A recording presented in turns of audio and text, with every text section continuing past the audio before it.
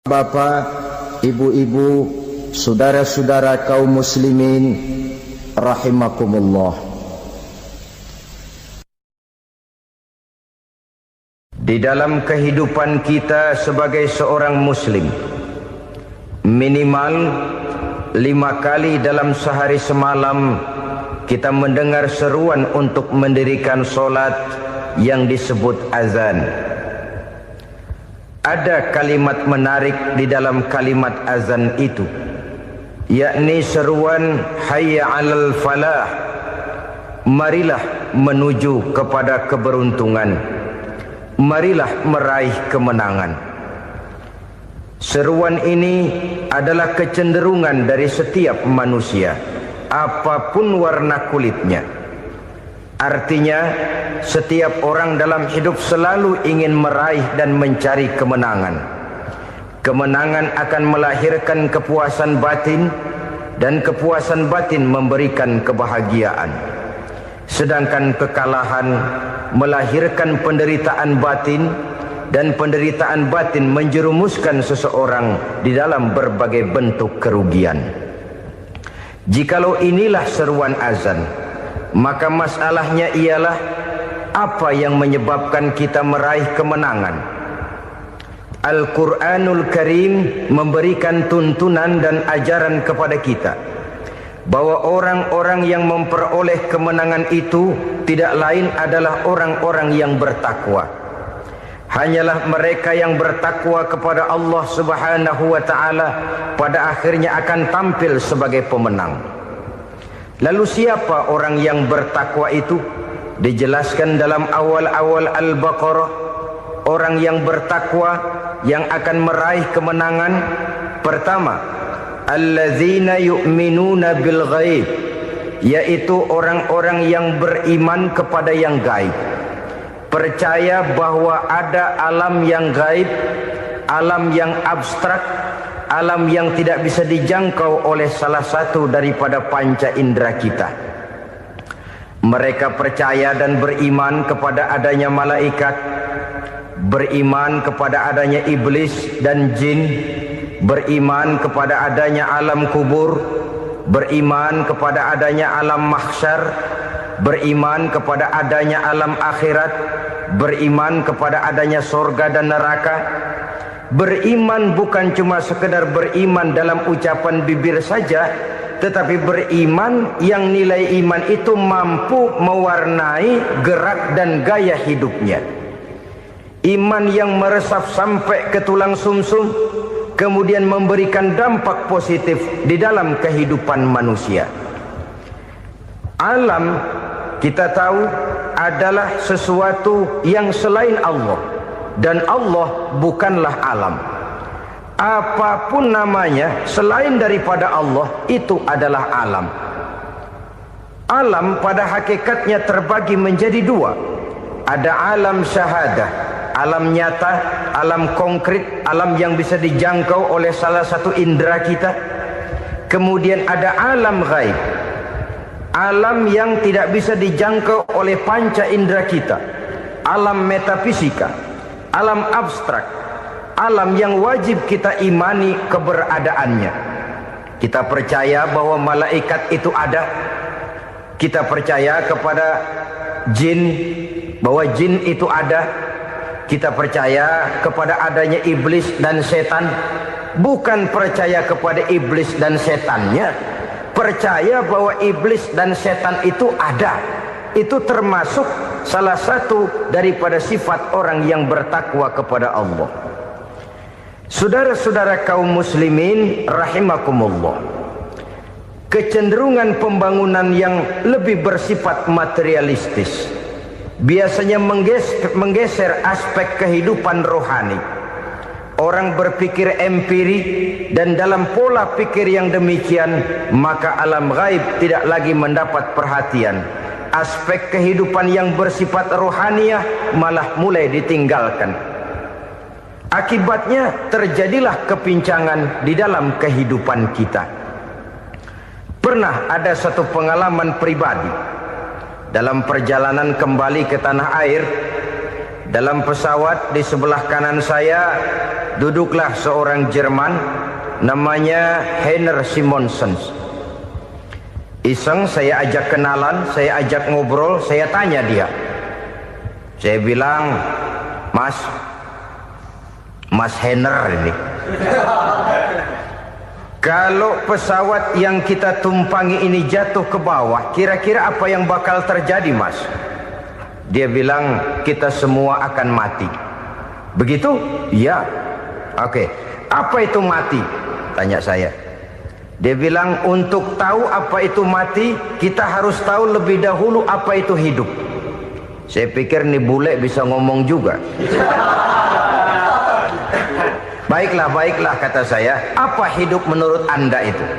Oh, hidup itu dia bilang, kalau seluruh anggota badan kita bekerja secara normal, paru-paru memompa darah secara normal, jantung berdetak secara normal, sel-sel tubuh bekerja secara fit, dan organisme tubuh hanya mau bekerja secara normal, dia bilang, kalau kita memberi makan yang cukup, menu yang teratur, dan gizi yang lengkap. Saya bilang, kesimpulannya apa, Ner? Dia jawab, hidup adalah dari tangan ke mulut. Life is from the hand to the mouth, kata dia. Hidup adalah dari tangan ke mulut. Jadi masalah hidup tidak lebih daripada masalah isi perut. Orang pergi pagi, pulang sore, peras keringat, banting tulang, perut yang dibelain. Saya bilang, you are wrong. Sampean salah, Ner. Kamu orang Islam bukan? Bukan. Pantas. Kenapa saya salah? Dia bilang, ya jelas salah. Salahnya di mana? Kamu ini manusia. Kalau hidup cuma dari tangan ke mulut, saya bilang, kambing di kampung saya juga begitu pikirannya, Ner. Itu kambing di kampung saya, asal perutnya kenyang, sudah hidup dia. Perkara besok bagaimana, lusa prospeknya macam mana, bulan depan ada apa, kambing nggak pernah mikir. Di kampung saya kambing juga pikirannya begitu. Kamu Kristen ya? Tadinya. Loh kok tadinya, lalu apa sekarang kamu ini? Dia bilang, sekarang saya netral. Saya tidak beragama, tapi saya percaya kepada Tuhan sebagai pencipta alam. Saya ingat benar dia bilang, I haven't any religious, but I believe to God as the creator of the world. Kenapa bisa netral begitu, Ner? Habis saya bingung katanya. Islam bilang Islam baik, Kristen bilang Kristen baik, Hindu Buddha bilang Hindu Buddha baik, semua agama baik. Saya netral sekalian, nggak beragama. Yang penting saya percaya kepada Tuhan. Saya bilang, Ner, kamu ini kayak orang mau beli celana, lalu bingung. Yang satu bilang Levi's bagus, yang satu bilang Blue Jean hebat, yang satu bilang Wool England hebat. Celana ini hebat, celana itu bagus, celana ini hebat. Semua celana bagus, kamu bingung. Akhirnya netral, tidak pakai celana. Itu juga salah. Saya pikir-pikir, kemudian saya melihat bahwa dua pola berpikir Heiner ini nampaknya sudah mulai menggejala di lingkungan masyarakat bangsa kita. Disadari atau tidak, secara jujur kita harus berkata, dua pola pemikiran Heiner ini mulai berkembang di tengah masyarakat bangsa kita. Pertama, pola pikir materialisme. Hidup adalah dari tangan ke mulut. Masalah hidup tidak lebih masalah isi perut. Itu yang perlu dibela, dan disitulah arti kehidupan. Pergi pagi, pulang sore, peras keringat, banting tulang untuk mempertahankan perut. Kalau sudah kemari cara orang berpikir, maka buat apa percaya kepada yang gaib? Untuk apa sholat? Untuk apa puasa? Untuk apa zakat? Untuk apa menghadiri majelis taklim? Tanpa kepercayaan kepada yang gaib, hidup berjalan menurut alur empiris dan materialis. Kalau sudah ke sana cara orang berpikir, biasanya orang lalu cenderung menghalalkan segala cara. Hanyalah orang yang percaya bahwa akhirat ada, hanyalah orang yang percaya bahwa alam kubur itu ada, hanyalah orang yang percaya bahwa malaikat itu ada, hidupnya akan lebih terarah dan terkendali. Karena kepercayaan kepada yang gaib, yang merupakan fase daripada kehidupan setelah hidup yang sekarang ini, mewarnai gerak pribadi seseorang di dalam dia melakukan kegiatan hidupnya. Pola berpikir materialisme, disadari atau tidak, mulai menggejala di lingkungan masyarakat bangsa kita. Hidup tidak lebih dari urusan tangan ke mulut, mulut ke tangan, tangan ke mulut. Asal perut sudah kenyang, hiduplah sudah. Perkara bagaimana prospek hari yang akan datang, bagaimana akhirat, tidak jadi persoalan. Ini yang oleh Nabi diperingatkan, ad-dunya sijnul mu'min wa jannatul kafir. Dunia adalah penjara bagi orang beriman dan surga bagi orang kafir. Dulu di zaman Belanda hadis ini pernah disalah tafsirkan, disalah artikan, digunakan sebagai senjata untuk mengkebiri dan membuat impoten umat Islam. Sudahlah umat Islam gak usah macam-macam, kata Belanda. Dunia ini kan penjara buat orang Islam, surga buat orang kafir. Di penjara jangan bertingkah.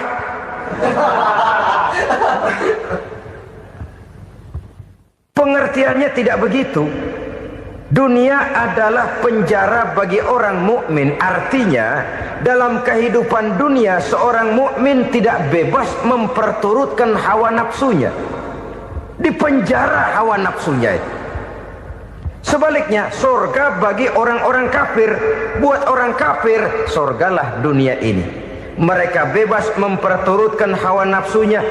Dilarang tidak terlarang, dicegah pun tidak tercegah. Mereka hidup menurut alur bisikan nafsu mereka sendiri. Kemudian bila ajal datang, maut merenggut nyawa, selesailah surganya sampai di situ. Maka bagi orang-orang yang tidak percaya kepada adanya akhirat, kepada adanya alam gaib, surganya sebatas umurnya. Sekali lagi, surganya sebatas umurnya. Bila umur selesai, ajal pun datang merenggut nyawa, selesailah sudah surganya sampai di situ. Alangkah pendeknya perjalanan orang-orang yang tidak percaya kepada alam gaib ini. Bagi kita mukmin, jikalau kita mampu memenjarakan hawa nafsu, kita bisa bahagia di dunia ini. Dan Islam memang tidak menyuruh kita sengsara di dunia. Raih dunia, kejar dunia, gapai dunia sebagai alat untuk mencapai kebahagiaan di akhirat nanti. Hidup adalah satu perjalanan panjang yang terbentang sejak kita terlahir dari alam rahim sampai kepada alam akhirat nanti. Andai kata kita gagal meraih kebahagiaan di dunia, toh kita masih punya akhirat. Tapi jangan jadi dalil yang melemahkan semangat. Biarin dah kita di dunia kebelangsak, yang penting akhirat. Akhirnya dunia benar-benar kebelangsak. Bagaimana dunia ini bisa kita raih, dan bagaimana meraih dunia untuk menunjang kepentingan akhirat nanti. Yang kedua, dari pikiran Heiner yang saya lihat menggejala di lingkungan masyarakat bangsa kita, timbulnya manusia-manusia netral. Seolah-olah Tuhan yes, agama no. Sama Tuhan percaya, agama ogah. Tuhan ngangguk, giliran agama godeng. Padahal hampir dalam setiap ayat dalam Quran, kata-kata amanu biasanya bergandeng dengan wa amilus sholihat. Iman dan amal soleh. Ini sebagai isyarat Tuhan dan agama jangan pernah dipisah-pisah. Apabila kita bertuhan, maka kita harus beragama. Apabila kita beragama, maka agama itu harus bersumberkan dari Tuhan yang kita imani itu. Tidak mungkin kita pisah, Tuhan yes, agama no. Sama Tuhan percaya tapi agama bikin sendiri. Sembayangnya cukup bengong 2 jam madep ngulon.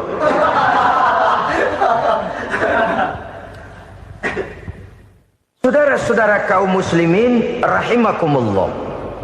Jadi dengan demikian, agama yang kita akui merupakan unsur mutlak di dalam pembangunan sekarang ini, merupakan bagian dari kehidupan yang menuntun kita bahwa di balik alam nyata ini, di balik alam syahadah ini ada alam gaib. Dan mudabbir, murabbi yang mengatur, yang menguasai, yang memelihara, baik dia alam nyata, baik dia alam gaib, tidak lain adalah Allah Subhanahu wa ta'ala. Di sana ada satu super power, satu maha kekuatan yang kita perlu bersandar kepadanya. Sebagai makhluk nyata yang hidup di alam nyata, berbuatlah secara nyata sebagaimana harusnya kita berbuat. Karena Islam jelas bukan agamanya orang pemalas. Islam jelas bukan agamanya orang yang mengajarkan setelah selesai sholat boleh duduk, nggelenggem ayam-ayam, ndelohom, menghitung bintang di langit sambil menunggu keajaiban. Tidak. Islam adalah agama yang mengajarkan apabila sholat sudah selesai kamu kerjakan, bertebaranlah di permukaan bumi, cari karunia Tuhanmu. Jangan hidup berpangku tangan menunggu keajaiban, karena hidup bukan undian. Jangan berharap untung besar tanpa mau peras keringat. Tapi di sebalik itu toh kita juga harus yakin bahwa di sisi usaha nyata yang kita lakukan ada satu super power, satu maha kekuatan gaib yang menentukan berhasil dan tidaknya usaha kita. Kepercayaan kepada hal semacam inilah yang mendorong kita untuk mempunyai sandaran vertikal, agar jikalau usaha ini berhasil, kita tidak lupa diri dan lupa daratan. Jikalau usaha ini gagal, kita tidak putus asa dan buruk sangka, tidak cupik pandangan dan sempit hati, tapi mampu melihat persoalan dengan kacamata putih sambil husnuzon kepada Allah Subhanahu wa ta'ala. Kita percaya malaikat itu ada. Ada yang namanya Raqib dan Atid, mengawasi gerak hidup kita sampai kepada gerak hati kita. Ini memberikan sugesti agar kita berhati-hati, tidak sejengkal tanah pun kita bisa berlindung dari pengawasan Raqib dan Atid. Ada Munkar Nakir yang akan menyoal kita di alam kubur. Ada malaikat Malik, penjaga neraka. Ada malaikat Ridwan yang menjaga surga. Kita percaya kepada adanya jin, kita percaya kepada adanya setan, iblis. Percaya kepada adanya, bukan mempercayai si setan, si iblis lalu menjadikannya sebagai teman. Tidak. Percaya bahwa mereka itu ada dan merupakan makhluk Allah yang gaib, yang diciptakan Allah Azza wa Jalla. Kepercayaan kepada alam gaib memberikan motivasi terhadap gerak lahir manusia, sehingga dengan motivasi kepercayaan kepada yang gaib, gerak lahir jadi lebih terarah, jadi lebih terpelihara. Pernah seseorang bertanya, "Pak, apakah adanya akhirat bisa dibuktikan secara ilmiah?" Saya bilang tidak bisa, tidak bisa. Kenapa? Karena yang berangkat nggak pernah pulang kemari lagi. Kalau dia pulang kemari bisa kita tanya bagaimana enak di sono. Cuma secara moral saya katakan, lebih beruntung orang yang percaya kepada akhirat daripada yang tidak. Sekarang saudara percaya akhirat ada, lalu saudara baik-baik di dunia, sholat, puasa, zakat, menolong orang lain, menebarkan kebajikan. Saudara mati, andai kata akhirat tidak ada, toh dalam hidup saudara sudah berbuat baik. Paling tidak nama saudara akan dikenang sebagai orang baik. Sebaliknya, saudara percaya, kata saya, bahwa akhirat tidak ada, lalu hidup semau-maunya, tenggelam dalam maksiat dan munkarat, menentang Allah, tidak mau ruku dan sujud. Lalu saudara mati, kemudian akhirat ada, ayo mau apa? Bekal tidak punya. Jadi secara moral lebih beruntung orang yang percaya kepada adanya akhirat daripada yang tidak percaya. Dan itu alam gaib yang tidak bisa dibuktikan secara eksat. Jangankan untuk membuktikan seperti itu, dalam kehidupan sehari-hari saja yang kita rasakan tidak selalu berbentuk toh. Angin, bagaimana sih bentuknya angin? Kita tidak tahu. Merah, buktinya kalau dikerok merah. Yang merah itu kulit, yang kulit kita bukan anginnya. Sakit, rasa sakit itu ada, tapi bagaimana bentuk sakit kita nggak pernah tahu. Kalau kita makan cabai pedas, bagaimana bentuk pedas itu tidak ada, tapi rasa ada. Bentuk pedas hijau, cabainya bukan pedasnya. Tidak semua yang kita rasakan bisa kita gambarkan dalam bentuk yang konkret. Oleh karena itu, sekali lagi bahwa kepercayaan kepada alam yang gaib mampu memberikan satu sugesti yang menata kehidupan seseorang lebih lurus, lebih terarah, dan lebih terkendali. Maka wajar kalau kepercayaan kepada yang gaib mengantarkan seseorang untuk meraih kemenangan. Kenapa? Dia percaya kepada yang gaib, bahwa akhirat ada, bahwa alam kubur ada, bahwa pertanggungan jawab itu ada. Maka dia lalu tidak hidup saenae udele dewe, itu loh. Tidak hidup menurut seleranya sendiri, terarah, teratur. Ini cirinya yang pertama. Orang bertakwa yang akan meraih kemenangan, mereka beriman, mereka percaya kepada yang gaib. Bahkan hal-hal konkret saja selalu berangkat dari yang gaib. Saudara-saudara, para remaja, para pemuda sekarang ini tidak pernah tahu toh siapa yang akan jadi teman hidup saudara. Kita bisa saja ngerancang, mentargetkan, tapi toh akhirnya yang namanya jodoh bukan kekuasaan kita. Rezeki di luar kemampuan kita. Begitu juga ajal, maut, jodoh, ajal adalah contoh-contoh konkret bahwa pada akhirnya yang gaiblah yang menentukan. Bertahun-tahun ngelancong, emang jodoh seret nggak jadi.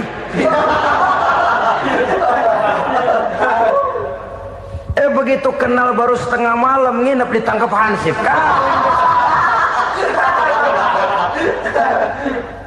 Hal-hal semacam itu kadang-kadang kita berpikir suuzon, gilet, perempuannya cakep banget, lakinya rebek amat.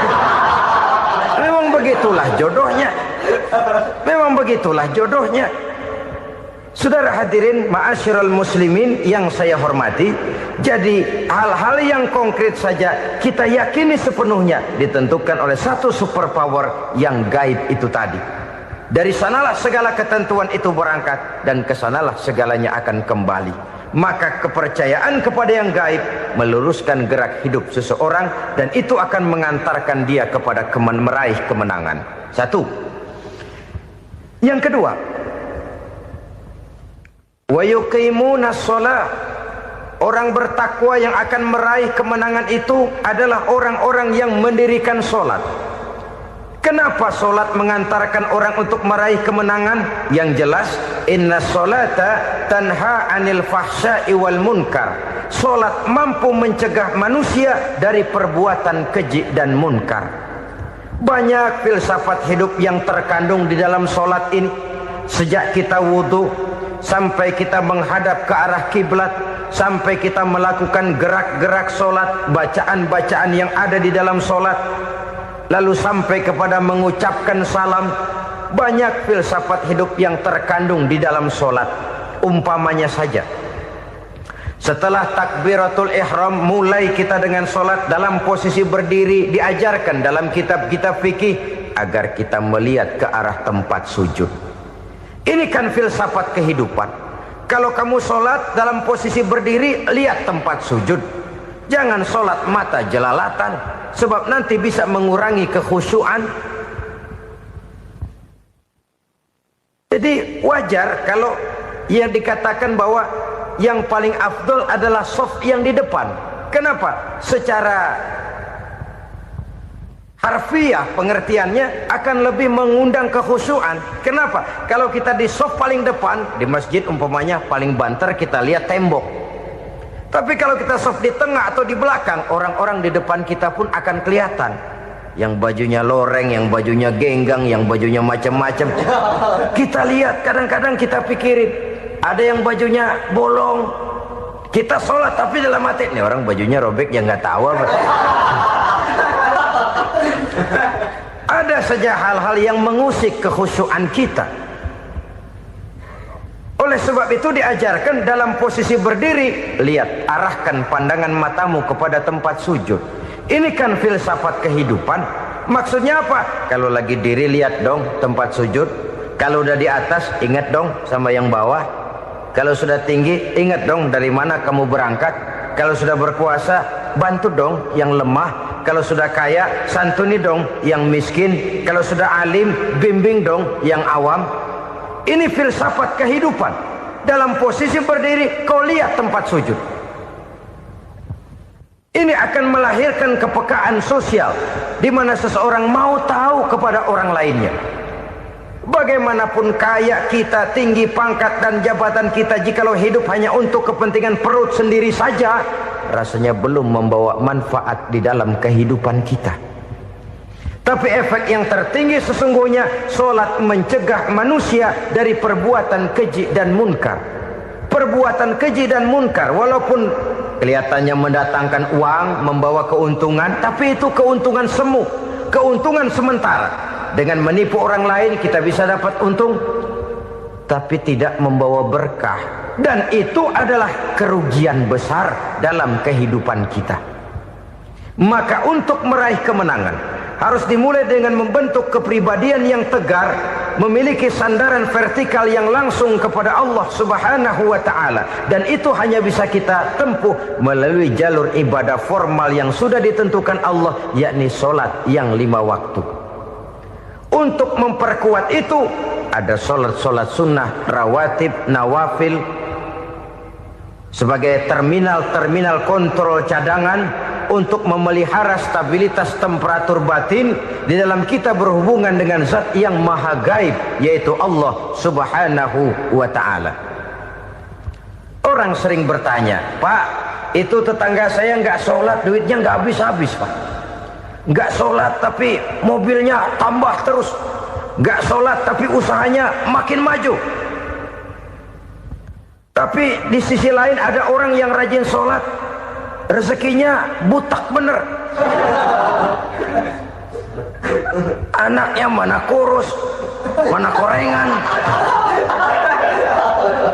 Saudara hadirin ma'asyiral muslimin rahimakumullah. Harus saya katakan bahwa solat memang bukan untuk cari duit. Solat adalah sandaran vertikal kita kepada Allah. Sedangkan soal rezeki itu berkaitan dengan sifat Allah maha pengasih dan maha penyayang. Allah maha pengasih, siapapun dikasih kalau mau usaha. Allah maha penyayang, tidak semua orang disayang oleh Allah Azza wa Jalla. Dan belum tentu banyak harta itu merupakan nikmat. Mungkin juga istidraj. Artinya istidraj itu dikasih tapi diambulin, kalau bahasa Betawinya itu. Dikasih tapi diambulin, itu bukan merupakan nikmat sesungguhnya, lebih merupakan azab dari Allah Subhanahu wa ta'ala.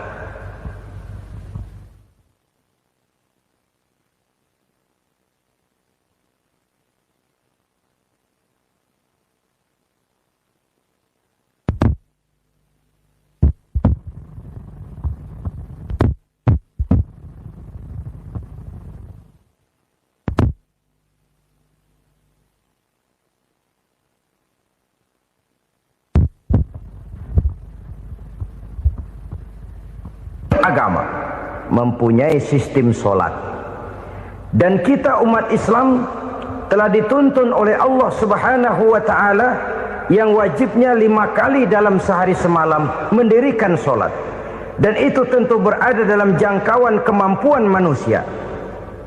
Pada awalnya barangkali kita memang merasa solat itu satu kewajiban, tapi semakin kita hayati makna, manfaat dan filsafat yang terkandung di dalam ajaran solat, semakin sampai kita kepada keyakinan bahwa solat adalah keperluan kita.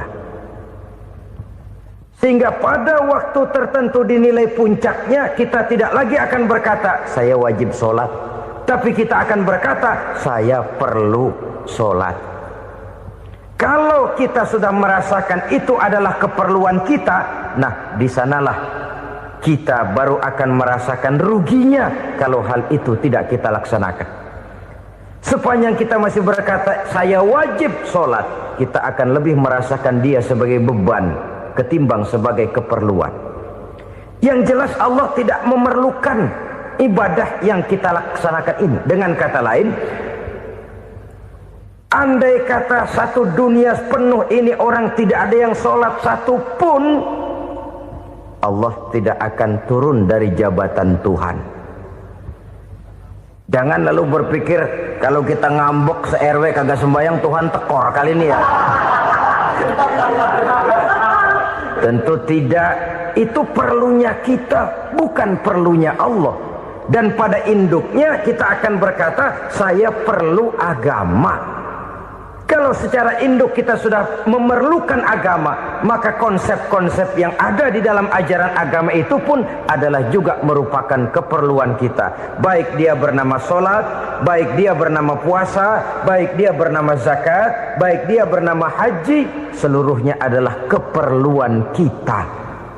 Dan sesuatu yang kita perlukan apabila tidak kita laksanakan akan melahirkan kerugian di dalam kehidupan. Jangan heran kalau kita membaca riwayat perjalanan hidup para salafus soleh, orang-orang soleh. Ada yang tahajud sampai 100 rakaat, ada yang sholat malam kakinya sampai bengkak. Kita sekalinya bengkak biri-biri. Ada yang sholat membaca surah dalam Al-Quran sampai khotam Quran. Kok mau? Mereka sudah merasakan itu keperluan. Itu saja soalnya. Satu saat pun jikalau kita merasa bahwa itu keperluan saya, kita pun akan melaksanakan seperti itu. Keperluan saya dalam kehidupan. Inilah yang kedua. Yang ketiga, orang bertakwa yang akan meraih kemenangan itu, wa mimma razaqnahum yunfikun. Mereka membelanjakan sebagian daripada rezeki yang diberikan Allah kepada mereka. Mereka infakkan di jalan Allah. Ada satu dialog menarik. Satu hari seorang anak muda bertemu dengan seorang kakek-kakek yang sudah dikenalnya baik. Bertanyalah anak muda ini, "Kek, umur kakek berapa tahun?" 15 tahun, kata si kakek. "Anak kakek berapa orang?" 1. "Harta kakek berapa banyak?" 15 juta. Si anak muda ini bengong. Lalu protes, "Kok kakek bohongin saya?" "Kenapa?" "Saya tahu umur kakek 70 tahun. Kenapa ngaku 15? Saya tahu anak kakek 5. Kenapa bilang 1? Saya tahu kakek miliuner, miliaran uang kakek. Kenapa ngaku cuma 15 juta? Begini, kata si kakek tadi. Benar, umur saya 70 tahun. Tapi dari umur yang 70 tahun itu baru 15 tahun terakhir ini saya merasakan ibadah kepada Allah. Meninggalkan maksiat, jauh dari segala macam munkarat. Maka yang 15 tahun inilah yang benar-benar saya rasakan sebagai umur saya. Benar anak saya 5, tapi yang 4 susah diatur. Cuman 1 rasanya nih yang bakal jadi si buah hati, belahan jantung, pelanjut cerita penerus sejarah. Cuma 1 ini yang saya harapkan, yang akan jadi anak soleh, yang akan membuat saya menerima pensiunan pahala. Kalau yang 4 apek dah, nggak ada harapan.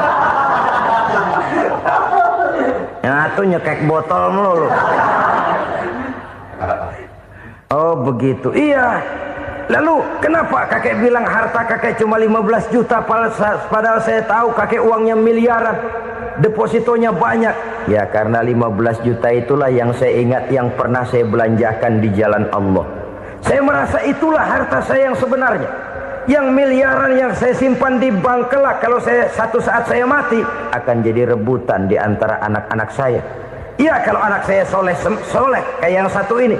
Kalau yang 4 tadi udah tulen dia bakal berantem dah berebut tuh.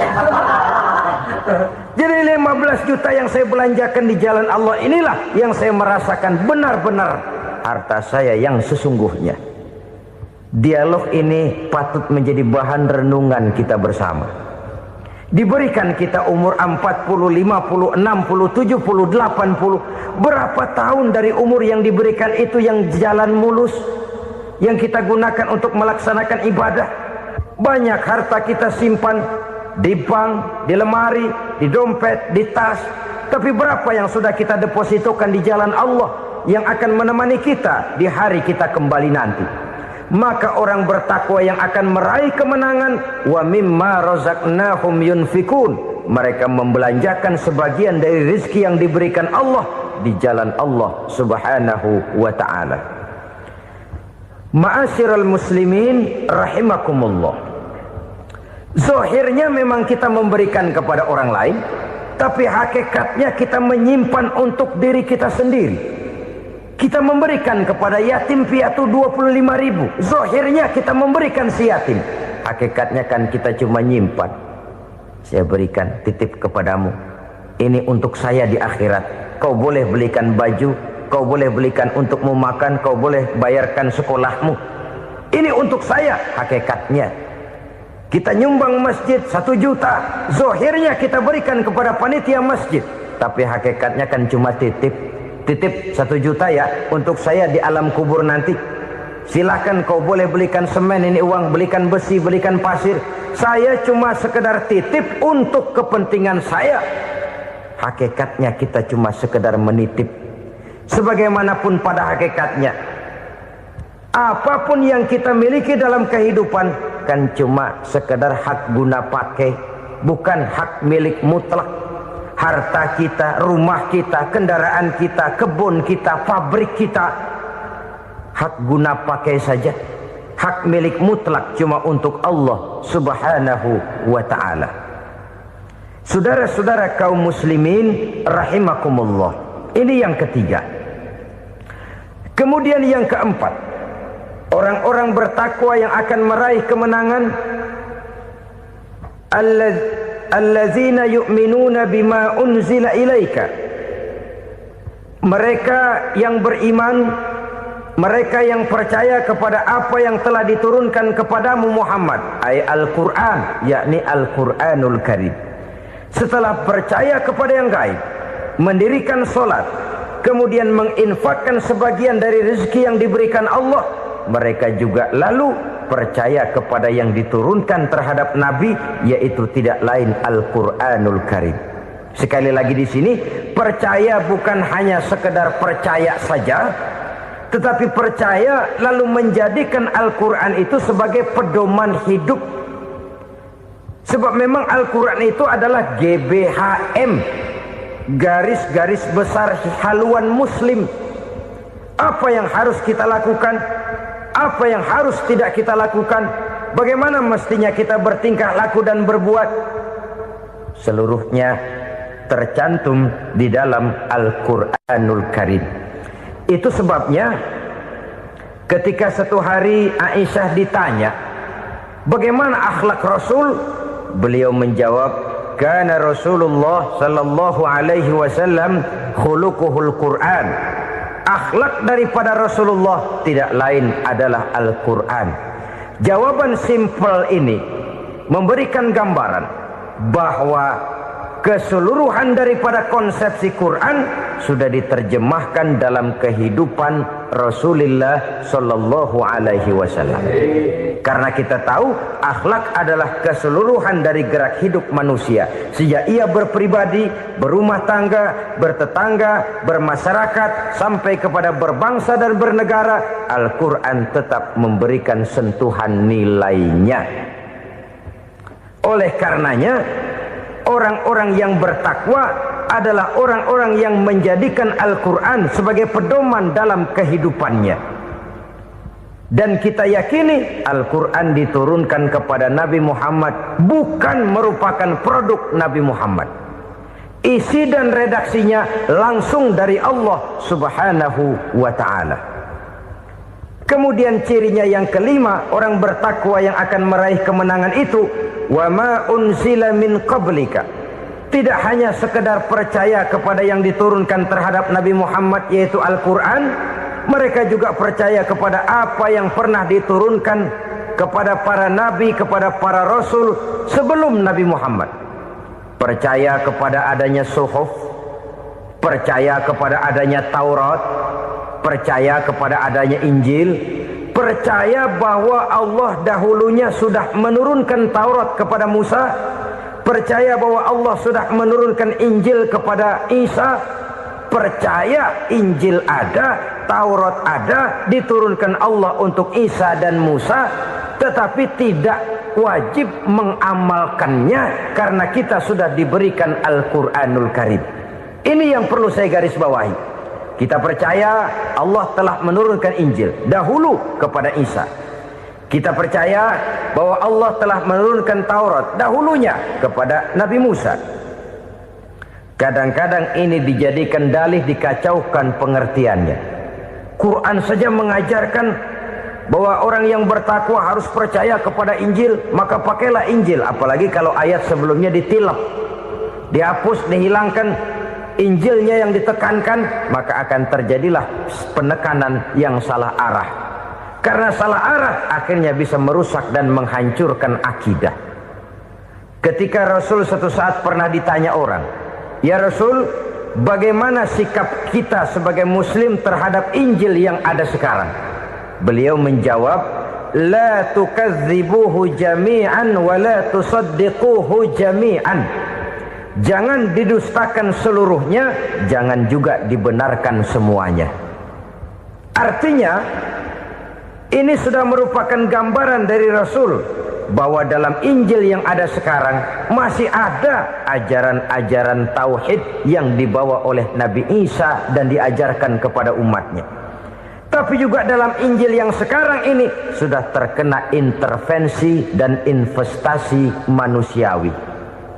Karena itu Rasul menyimpulkan, la tukadzibuhu jami'an wa la tusaddiquhu jami'an. Jangan didustakan semua, jangan dibenarkan seluruhnya. Kita memang percaya Allah telah menurunkan Injil kepada Nabi Isa dulu, tapi kita tidak wajib mengamalkan Injil. Kita percaya Allah telah menurunkan Taurat kepada Nabi Musa, tapi kita tidak wajib mengamalkan kitab ajaran Taurat. Yang wajib kita percayai dan kita amalkan hanyalah Al-Quranul Karim. Kenapa? Oleh karena baik yang ada di dalam Taurat, baik yang ada di dalam Injil, tentu tercakup di dalam Al-Quran sebagai kitab terakhir yang diturunkan oleh Allah Subhanahu wa Ta'ala. Dan itu wajar. Kalau seorang pejabat mau mengeluarkan satu keputusan baru, tentu dia harus meninjau keputusan-keputusan lama. Andai kata dianggap tidak berlaku, dianggap tidak relevan lagi, maka keputusan-keputusan lama itu tentu sudah dianggap tidak berlaku. Sebagian daripada aturan-aturan dalam keputusan lama yang masih dianggap relevan tercantum dalam keputusan baru yang wajib diamalkan. Begitulah hubungannya antara Al-Quran, Taurat, Zabur, dan Injil. 4 kitab samawi yang diturunkan Allah masing-masing kepada Zabur untuk Nabi Daud, Taurat untuk Nabi Musa, dan Injil untuk Nabi Isa alaihi wassalatu wassalam. Ketiga-tiga kitab itu kita percayai adanya. Kita yakini Allah telah menurunkan Zabur, Taurat, dan Injil. Tapi kita tidak wajib mengamalkannya. Yang wajib kita mengamalkannya sekarang ini tidak lain hanyalah Al-Quranul Karim saja. Karena ia mencakup apa yang ada di dalam Zabur, apa yang ada di dalam Taurat, dan apa yang ada di dalam Injil. Keotentikannya bisa dipertanggungjawabkan. Ya, tapi kan Nabi Muhammad sudah mati 14 abad yang lalu, dan di zaman beliau Al-Quran kan belum dikodifikasikan, belum ditulis. Bagaimana keotentikannya bisa dipertanggungjawabkan? Mudah saja. Allah berjanji, inna nahnu nazzalna dzikra wa inna lahu lahafizun. Kami yang menurunkan Al-Quran dan kami yang akan menjaga dan memeliharanya. Allah turunkan Quran, Allah menjaganya. Bagaimana cara Allah menjaga Al-Quran itu? Banyaknya orang-orang yang hafaz Al-Quran. Hafaz Al-Quran 30 juz, 114 surah, 6.666 ayat. Sehingga jangankan satu kata Jangankan satu ayat, satu kalimat saja berubah, sudah akan timbul reaksi dan mudah dimengerti. Kenapa? Banyak orang-orang yang hafaz Al-Quran. Sedangkan pada setiap akhir tahun biasanya malaikat Jibril selalu mengadakan checking terhadap ayat-ayat yang diturunkan pada waktu itu. Di zaman Nabi sendiri sudah ada usaha kodifikasi. Dan yang lebih luar biasa lagi, sampai hari ini tidak seorang pun mampu membuat satu ayat saja semacam Al-Quran. Ke bahasa manapun dia diterjemahkan, naskah aslinya tetap ikut, rujukan dasarnya tetap ada. Berdasarkan itu, maka tidak mungkin terjadi penyelewengan terhadap atau pemalsuan terhadap ayat-ayat Al-Quranul Karim. Kesuciannya, keotentikannya, kemurniannya bisa dipertanggungjawabkan. Ma'asyiral muslimin rahimakumullah. Oleh karenanya, konsepsi dasar daripada ajaran Islam ini memang tidak lain adalah Al-Quran dan Sunnah. Isi daripada agama Islam yang merupakan iman, Islam dan ihsan, konsepsi dasarnya tidak lain adalah Al-Quran dan Sunnah Rasulullah Sallallahu Alaihi Wasallam. Maka yang kita perlukan sekarang ini adalah terjemahan Al-Quran di dalam kehidupan kita. Dengan demikian, maka gaya kehidupan yang lebih Qurani itulah yang kita dambakan. Kita perlu memang terjemahan Quran dalam bahasa Inggris, dalam bahasa Belanda, dalam bahasa Jepang, tapi yang lebih kita perlukan adalah terjemahan Quran di dalam kehidupan kita. Konsekuen, tidak memanipulasi, ringan sama kita jinjing, berat sama kita pikul. Jangan kalau lempengan ayat Quran tuh kira-kira enak diamalin, keras teriakan kita. Giliran kira-kira ayat Quran itu mukul kepala kita sendiri, diam kita. Itu ciri yang pernah disindir Allah dalam awal-awal Baqarah juga. Ciri beragamanya orang yang munafik. Kullama adha'a lahum masyawfi, kata Allah. Wa iza azlama alaihim qamu. Apabila terang mereka jalan, apabila gelap mereka berhenti. Artinya, kalau kira-kira di Islam nguntungin, rame-rame pada teriak Islam. Tapi ketika diminta untuk berjuang, ketika dituntut untuk berkorban, rame-rame mengundurkan diri. Nasib agama tidak ubahnya seperti daun pisang yang dikait orang di tepi jalan lantaran tak berpayung di ketika hari hujan. Manakala hujan usailah sudah, daun itu pun dicampakkan di tepi jalan, diinjak pula orang nan lalu. Artinya, orang menjadikan agama cuma sebagai lipstick, decoration only, tidak konsekuen. Hanya pada saat-saat kelihatannya Islam membawa keuntungan, rame-rame orang teriak-teriak tentang Islam. Tapi jikalau diminta berjuang, jikalau dituntut untuk berkorban, biasanya rame-rame juga mengundurkan diri. Jangan heran kalau mayoritas hitungan kita, tapi minoritas peranan kita. Kuantitas kita dalam jumlah, tapi dalam kualitas kita lebih sering jadi penonton daripada jadi pemain. Padahal itu sangat tidak boleh terjadi. Umat Islam di Indonesia harus bangkit. Umat Islam di Indonesia harus sadar akan keberadaannya. Tidak boleh hanya jadi penonton berpangku tangan. Karena memang agama kita juga mengajarkan untuk konsekuen di dalam menjabarkan ajaran-ajaran daripada agama kita. Kita sering jatuh menjadi umat yang lemah oleh karena kita ini tidak pandai menggalang kebersamaan yang diakibatkan tidak konsekuennya kita. Diistilahkan bahwa umat Islam di dalam menggalang kebersamaannya itu harus seperti orang main sepak bola. Saudara-saudara kan tahu orang main sepak bola itu. Orang main sepak bola, kalau pertandingan belum dimulai sih silakan saja kumpul di luar lapangan, atur strategi yang baik. Tapi kalau pertandingan sudah dimulai, turun ke lapangan hijau, jangan kumpul terus. Ada sepak bola gotong royong, mundur-mundur rame-rame, depan ke depan kumpul melulu mainnya. Kalah. Orang main sepak bola itu ya harus ada penyerang tengah, harus ada penjaga gawang, harus ada strikernya, harus ada kiri luarnya, kanan dalamnya yang jadi backnya. Posisi boleh bermacam-macam, tapi yang penting saling ngoper untuk menggolkan gawang lawan. Begitulah umat Islam ini. Boleh ada yang jadi pejabat, boleh ada yang jadi pengusaha, boleh ada yang jadi petani, silakan ada yang jadi seniman, ada yang jadi penyair, ada yang jadi artis sekalipun.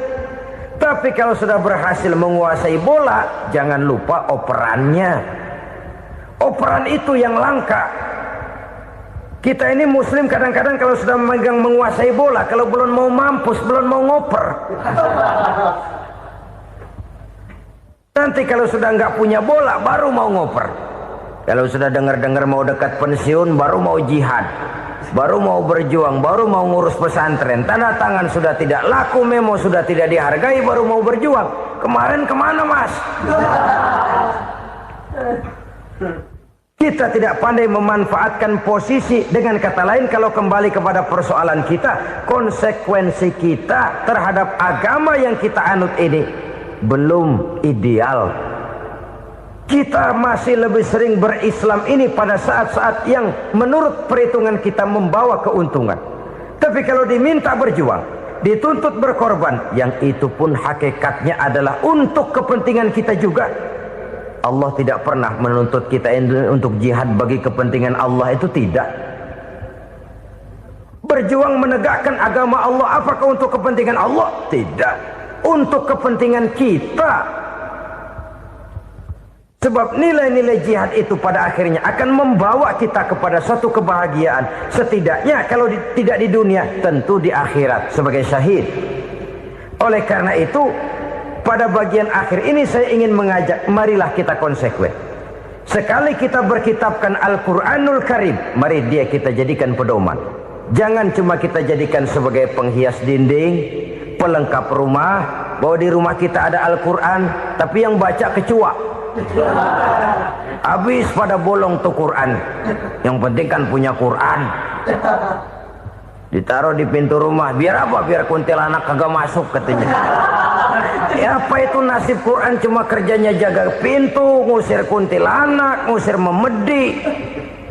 Bagaimana kita hidup menurut tuntunan Al-Quran? Kadang-kadang tidak pernah menjadi masalah bagi kita. Maka bagaimanakah Al-Quran akan mungkin membawa keberkahan dalam hidup kalau ajarannya kita injak-injak dalam keseharian kita? Mewujudkan gaya hidup yang lebih Qurani, itulah yang akan kita rintis di dalam kehidupan kita. Bertahap, step by step, menurut kemampuan yang ada pada kita. Jika jalan ini tidak bisa kita selesaikan, percayalah akan ada generasi penerus yang akan melanjutkan usaha dan cita-cita mulia itu. Jadi percaya kepada Taurat, percaya kepada Injil, sekadar percaya Allah dahulunya sudah menurunkan itu. Tapi kita tidak wajib mengamalkannya. Kenapa? Generasi Injil masa berlakunya sudah kedaluarsa.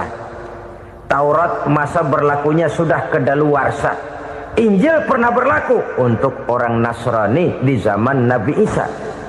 Taurat pernah berlaku untuk orang Yahudi di zaman Nabi Musa.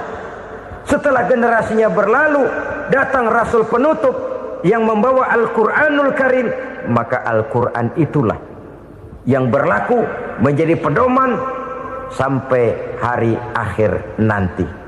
Jangan jauh dari Al-Quran, karena apabila ini kita lakukan, maka kita akan kembali kepada satu gaya hidup yang jauh dari tuntunan agama, dan itu artinya kita akan semakin jauh untuk meraih kemenangan. Saudara-saudara kaum muslimin rahimakumullah. Yang keenam, yang terakhir, orang-orang bertakwa yang akan meraih kemenangan itu wabil akhirati hum yuqinun. Mereka percaya, mereka yakin seyakin-yakinnya akan adanya hari akhir, di mana seseorang akan mempertanggungjawabkan seluruh perbuatannya di dalam hidup ini. Dan tidak ada satu perbuatan yang bagaimana kecilnya sekalipun yang tersembunyi dalam pandangan manusia yang tidak akan dibukakan persoalannya di mahkamah Qadi Rabbul Jalil di akhirat nanti. Itulah sebabnya maka percaya kepada akhirat disebut secara khusus. Padahal di awal tadi sudah dijelaskan yu'minuna bil ghaib, percaya kepada alam gaib, dan alam gaib ini termasuk akhirat. Kenapa pada bagian akhir disebut lagi akhirat? Karena ternyata bahwa kepercayaan kepada adanya akhirat merupakan induk dari kepercayaan terhadap adanya malaikat, setan, jin dan lain sebagainya, dan akan lebih memberikan sugesti dalam kehidupan manusia untuk meluruskan gerak hidupnya. Jikalau satu saat tergerak hati akan berbuat kejahatan, ingin mencuri, sadarlah, awas ada akhirat.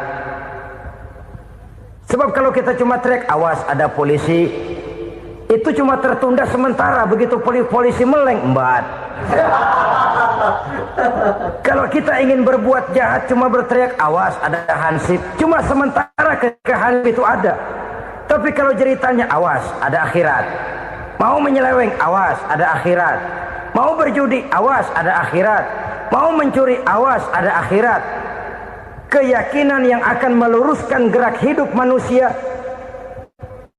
sehingga gerak itu jadi lebih terarah dan terkontrol, tidak merugikan baik diri sendiri, lebih-lebih orang lain. Ternyata bahwa kepercayaan kepadanya adanya hari akhirat sanggup menjadi sumber daya kontrol dari kehidupan manusia, sehingga ia tidak terjebak dalam perbuatan maksiat dan munkarat. Saudara-saudara kaum muslimin, inilah saja yang kita bicarakan pada pertemuan kali ini.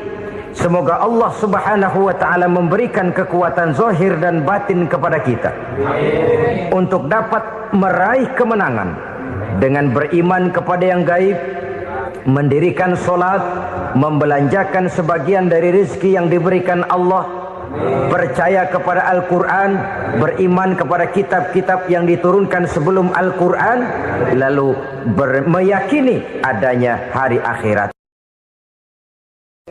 7 macam perkara yang merusak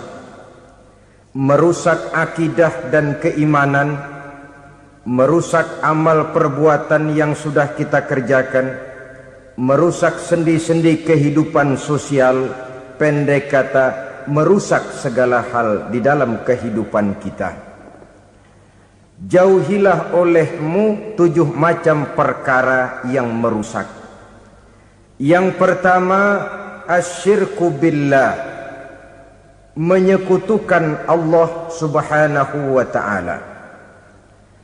Agama dimulai dari keyakinan, maka kehancuran agama selalu dimulai dari kehancuran keyakinan, iman atau akidah yang dimiliki oleh seseorang.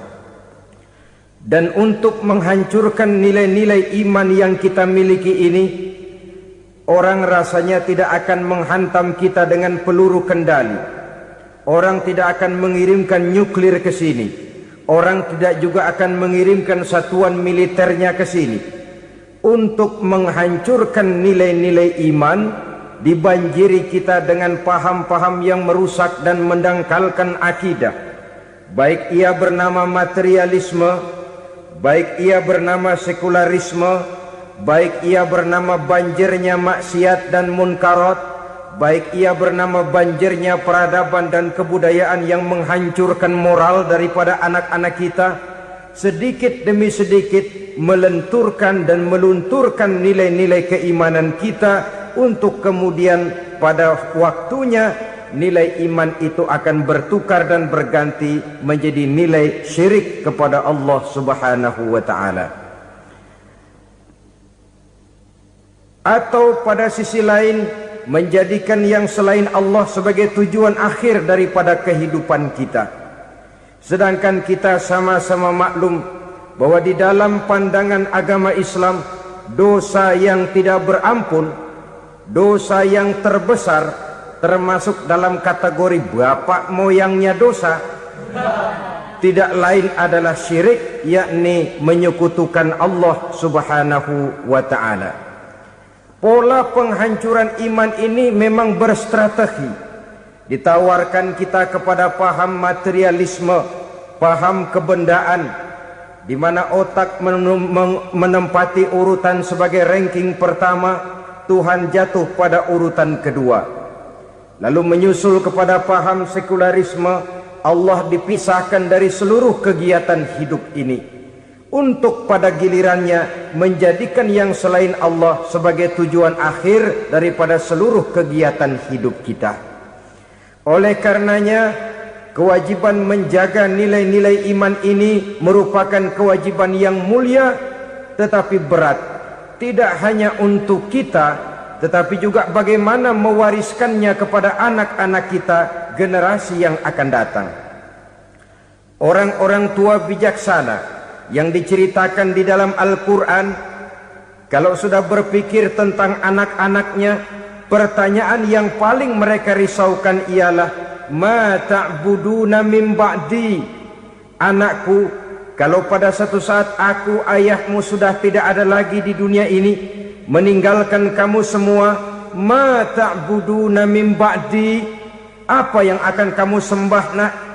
Jikalau sekarang ayahmu masih mau ke masjid, masih mau melakukan rukuk dan sujud, masih beribadah menyembah Allah Subhanahu wa ta'ala, kalau orang tuamu sudah tidak ada, ma ta'buduna min ba'di, masihkah engkau mau datang ke masjid? Masihkah engkau mau rukuk dan sujud? Masihkah engkau mau menyembah Allah Subhanahu wa ta'ala? Pertanyaan ini yang dipikirkan oleh Nabi Yakub kepada putra-putranya. Pertanyaan ini yang diteruskan oleh Nabi Ibrahim kepada anak-anaknya. Pertanyaan ini yang diwariskan oleh generasi ulama salafus saleh kepada para generasi berikutnya. Bagaimana kita generasi sekarang? Kita orang-orang tua sekarang bukan berfikir ma ta'buduna min ba'di, malah yang kita fikirkan ma ta'kuluna min ba'di. Kalau bapak tidak ada nanti kamu makan apa nak? Perkara kamu nyembah apa, urusan nomor 18. Yang penting kamu nanti hidup bisa makan nak. Maka kita sibuk mewariskan harta kepada anak-anak kita. Kita sibuk mewariskan kebun dan tanah kepada anak-anak kita. Kita sibuk mewariskan pabrik kepada anak-anak kita, sementara kita lupa mewariskan intan yang paling mahal, mewariskan mutiara yang paling berharga, yaitu nilai iman kepada Allah Subhanahu wa ta'ala.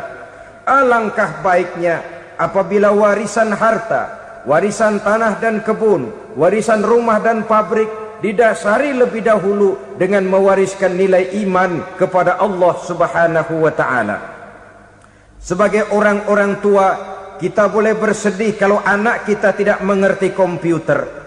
Kita boleh bersedih kalau anak kita tidak mengerti matematika.